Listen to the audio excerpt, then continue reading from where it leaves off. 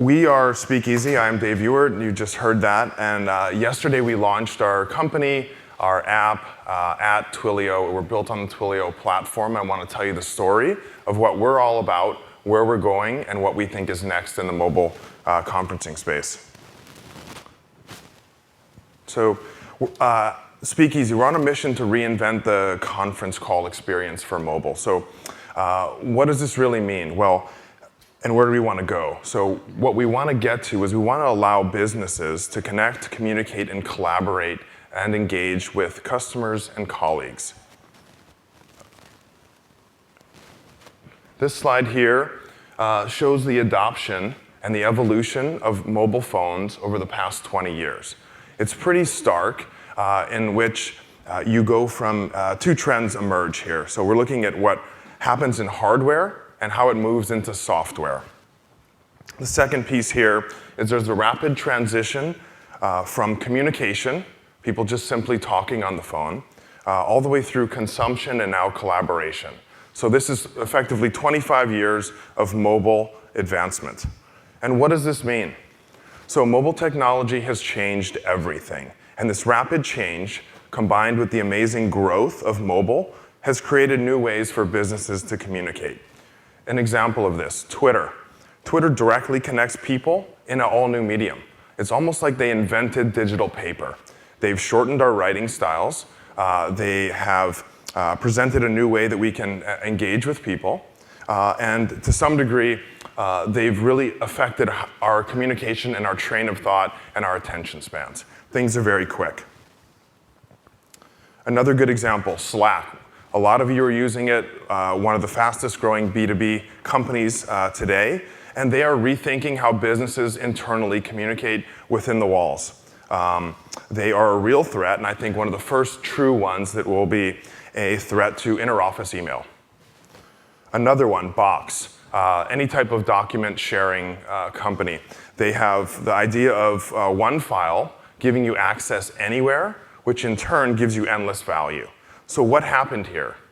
We aligned technology to the user. Keep that concept. Now let's look at what's happening on the enterprise. So today, or actually back in time, in 1992, Polycom introduced this as the leading advancement in enterprise communication. Just about 10 years later, it evolved, right? So it's some pretty dynamic function. Add 10 more years, right? So this is the pace that we're talking to people, and really what's happening here is really painful because nothing's changing, and effectively it's actually getting much worse. Why? Because we know what we can do, and we're almost held hostage by the technology that we have. So, question: how many of you flew in to San Francisco for the conference? Good. How many of you had Wi-Fi on the flight? Good. So isn't it pretty amazing when you think about that whole concept and then you think back what you see on the screen? So we sit on sofas, streaming House of Cards, right, through our iPhones, flying at 35,000 feet, and then we tweet shame the airline because there's buffering issues, right? Yet we have conference calls, crucial business meetings, we blindly yell into this boat anchor on your desk, and we don't say anything about it, we accept it. And that's so wrong, right? So just think about what's happening there. Effectively, the market's broken. So this leads to the business problem, and no shame on Polycom. In 2011, they shipped their 4 millionth device and booked 1.4 billion in revenue. That's pretty fantastic. I'd like to have that problem, but there's a bigger one at stake here. So the business problem that exists today, mobile broke down the bonds of many different relationships. Workers were no longer chained to their desk. Employees were no longer chained to a headquarters. And customers, well, they're no longer chained anywhere. They're going everywhere. And with this, face-to-face meetings have gone from business usual to more of a business rarity. Conference calls are increasingly how business is getting done. SaaS is the real poster child for this type of evolution.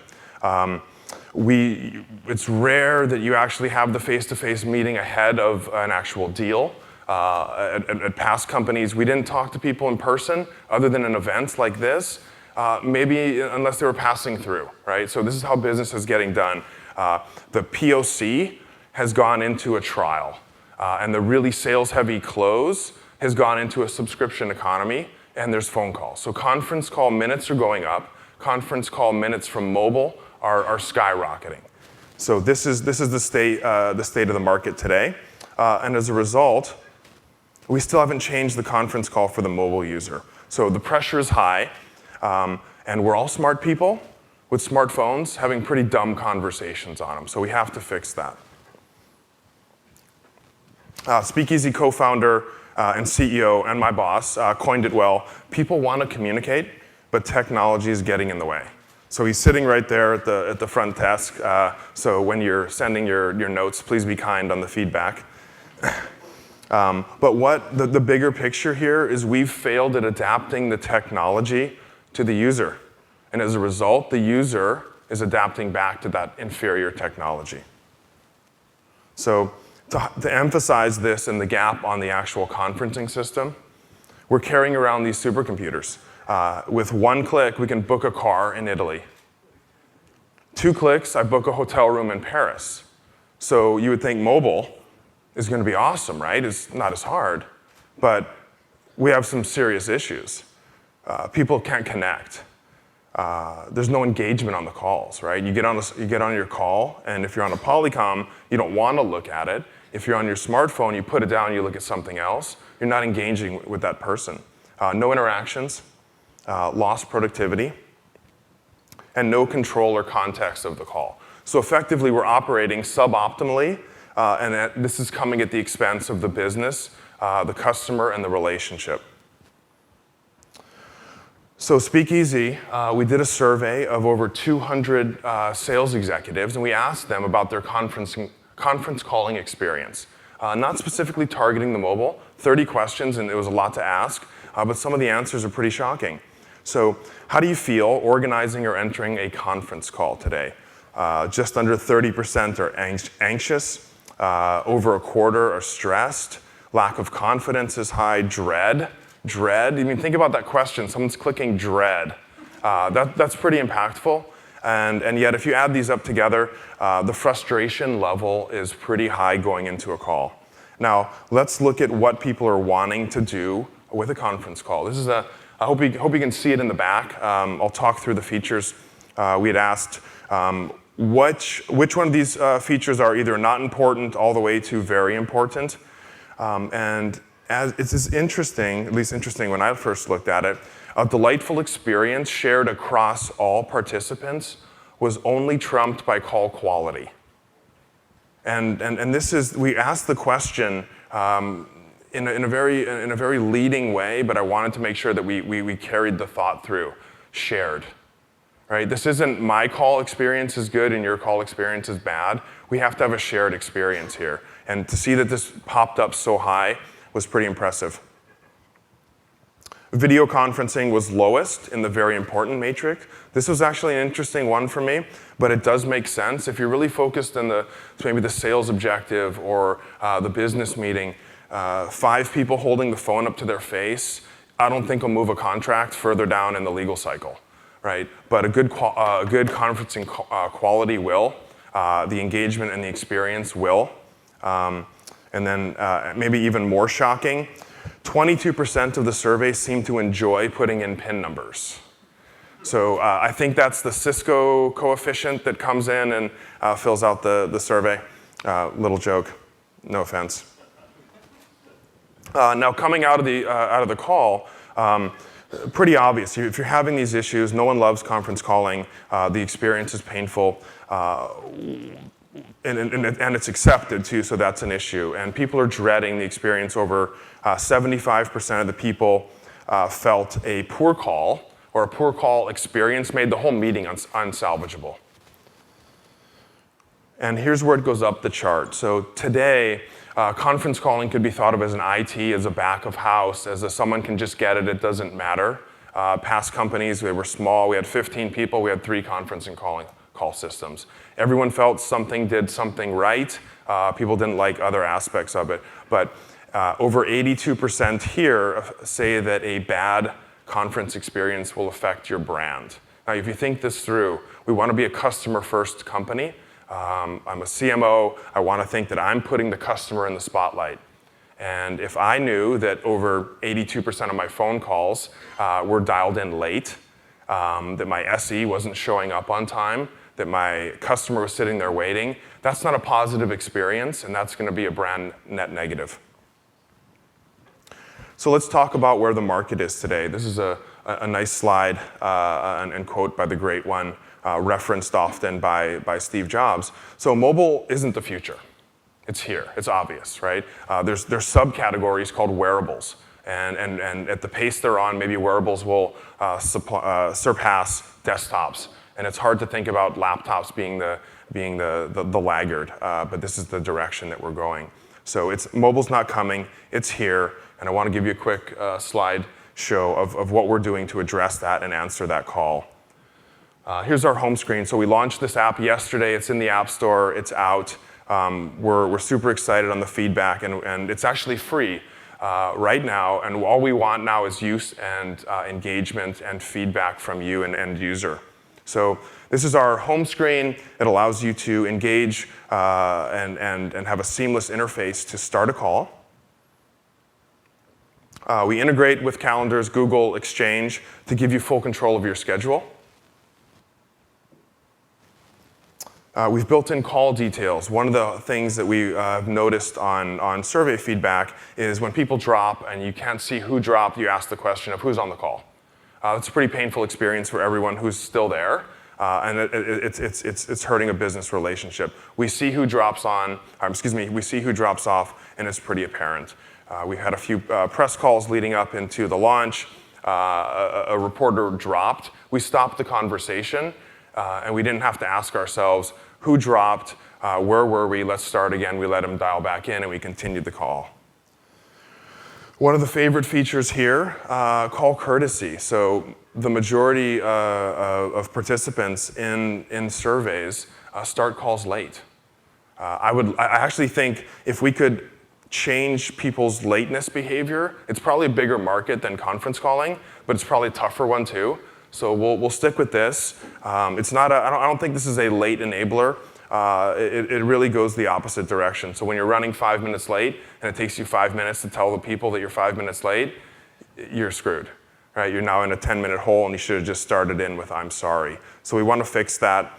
This is the loved feature, and I think was one of the ones that forced Byron on the path to ideate and make this happen as a company. And again, call management, a fun feature to avoid either the barking dog scenario where there's background noise from someone and you're trying to ask who that is.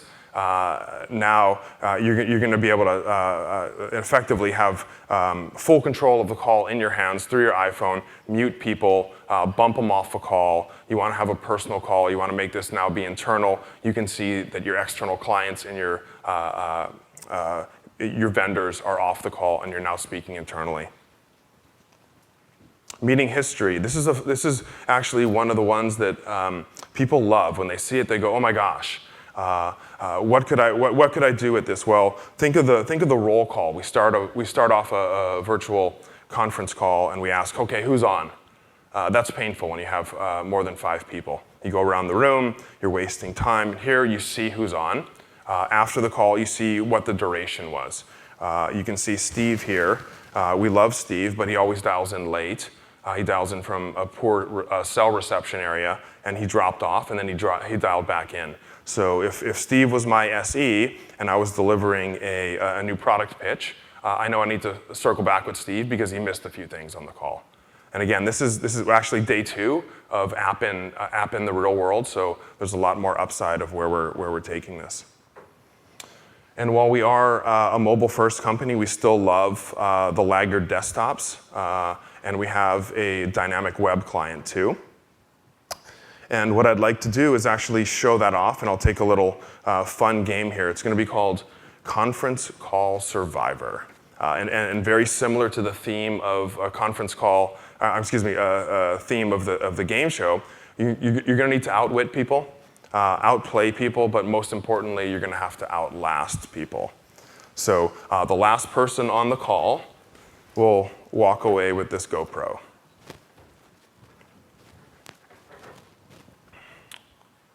Let me see here. And I'd set up a call coming in to this meeting, and I'd invited someone. And one of the fun features of Speakeasy is no longer having to wait for the call to begin to actually dial in. You can set it up so that you're called either when the meeting starts or when someone dials back into you. So I'm going to swap over to the web client, and we're going to play along here.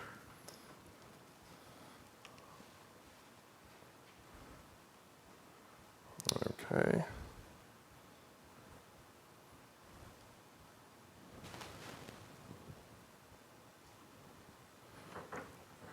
One moment while we dial in. Is it?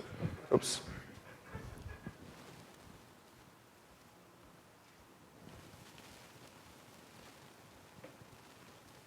There we go.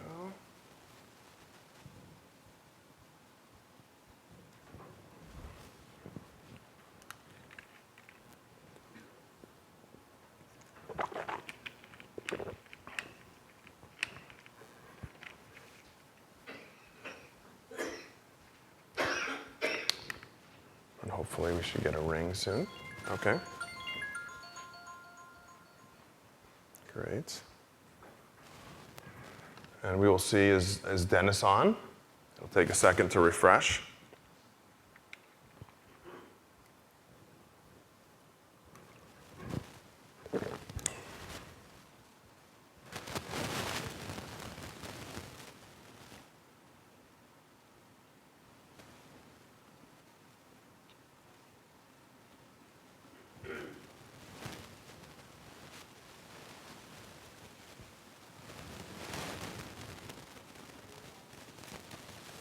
Sorry, I can't see the screen. Okay, great. So can everyone see the number in the back? If not, I'll read it out. Let's see. 415-549-0035. So grab on your phones, dial in, and we will see people starting to pop up. And I'll give a minute here, and then we'll play the game. It's 415-549-0035.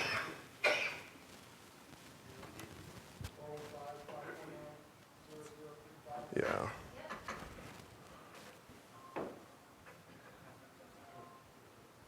All right, so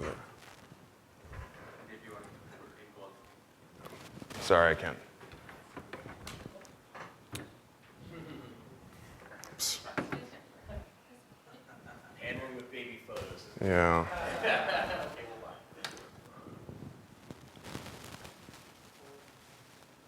Sorry, let me look at this. This is my user error, I apologize. Okay, calls.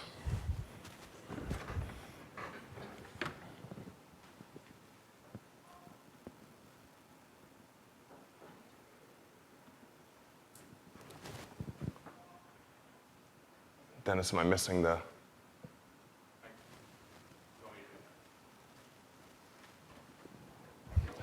Yeah, thank you, sorry.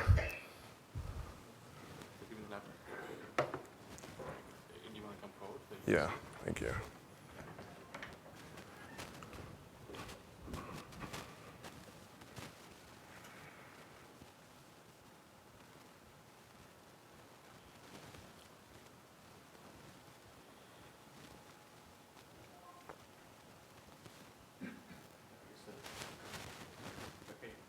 All right, great, thank you. Yeah, we'll put that up back up here. Okay. Oh, you dropped them off? Yeah. Good, so what you can see here, and again, apologize about my user error. We have a full functioning web client, and we will see who is on the call. And we have the ability with this service to actually mute people, hang them up, and see who's on the call all at once. So I can see this on my phone, and I can also see this mirrored on the web client. We offer file sharing as part of this. I won't go through that demo. But now that we're on, what I want to do is go into a lobby. And if everyone's on, I'm going to turn on the lobby. And that will lock anyone else who is now calling in. So effectively, whoever's on is now in the call and in the game. And I'm going to go through and one by one remove people. Or actually, I'll have Bobby go through and remove people from the call. So the last one here who gets removed is going to be the winner of the GoPro. So we'll do this at pure random. Sorry, 610. Yeah, so 5980 just got removed. Sorry, Christina. So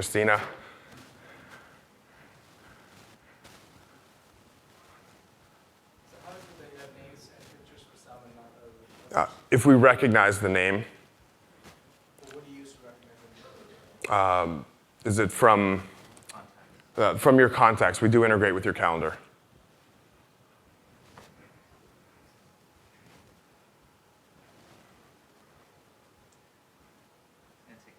Yeah, all right. So while Bobby handles that, I want to talk about where the future is going for conferencing. So while we're in the conferencing space, and we do have a conferencing call app, I don't think that's the future of or the limits of what Speakeasy can do. If you start to think about all the context of your business life, the emails, the conversations that you're having both in the call and outside the call, what does that mean for your relationship both with your customer and your employees?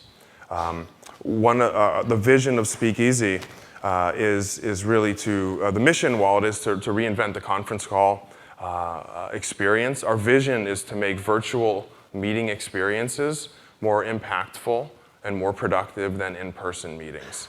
And if you think about that, that's a little forward, right? It's saying that this doesn't matter as much as a virtual call. But there's a lot of things that we're doing here now that are easy to replicate and enhance and support virtually. For example, I don't see anyone taking notes. That's probably a good thing, but no one's taking them.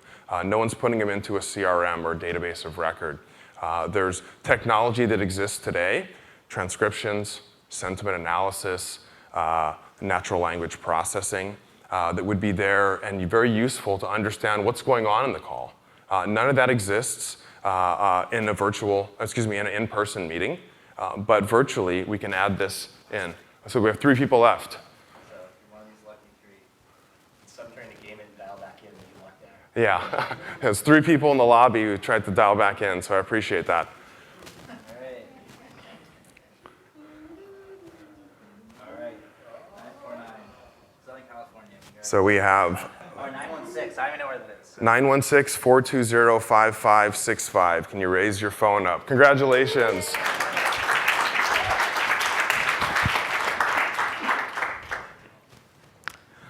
I will hang this up. I'll tab back.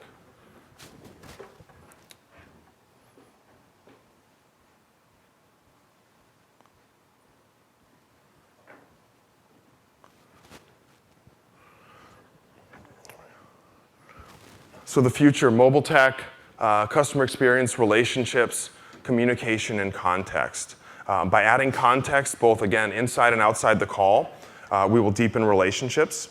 By removing the admin function. So if you think of the sales experience, and I think of sales as a very wide bucket, everyone is selling something. Sometimes it's product, sometimes it's service, sometimes it's companies, sometimes it's a message or an idea. When calls matter, there's a lot more that you should be doing on the sales side versus the admin side. You get done with a call, who sees it, who should see it. Anytime you're putting that energy into the admin, you're taking it and you're hurting yourself productively on the selling side. A good example of bringing people together with a call experience. If we end a call with a stronger relationship than we had going in because we were able to connect and talk and communicate easily, we now have a stronger bond after the call than we did at the beginning. So if we're able to help that and enable that to happen, show social relationships that matter, allow you to connect to someone in a different medium, you can effectively alter and realign the end of the call during the actual call. And as we build off of this, by getting a further and deeper understanding into the call patterns and the outcomes, we're going to be effective in steering a business decision back in real time. The fun part, even with the forward thinking of making a virtual meeting more productive and impactful than an in-person experience, when we reach that, we then apply that same technology back to an in-person meeting. So all the technology that we're putting forward in the cloud can then be delivered back to you in that actual room. Ending slide, feedback is important. I'd love to hear it. Twilio would too. So please text T@69 to 39242. And thank you.